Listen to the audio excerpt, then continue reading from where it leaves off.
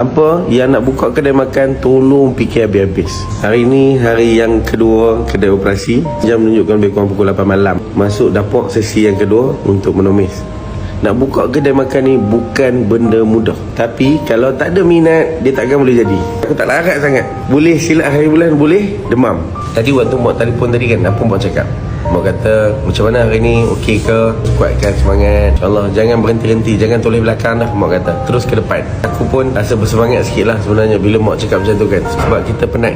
Bila terlalu penat, terlalu letih, dia jadi mental dia akan koyak sikit. Okey? Mak kata insyaAllah ada rezeki tu nanti. Kita pegang kata-kata mak, kita pegang doa-doa mak kita. Nak tahu kan, Allah nak bagi sinaran yang lebih cerah lepas ni. Harap terus stay strong, stay positif, stay kuat. Ya Allah, itu aku penat dah ni.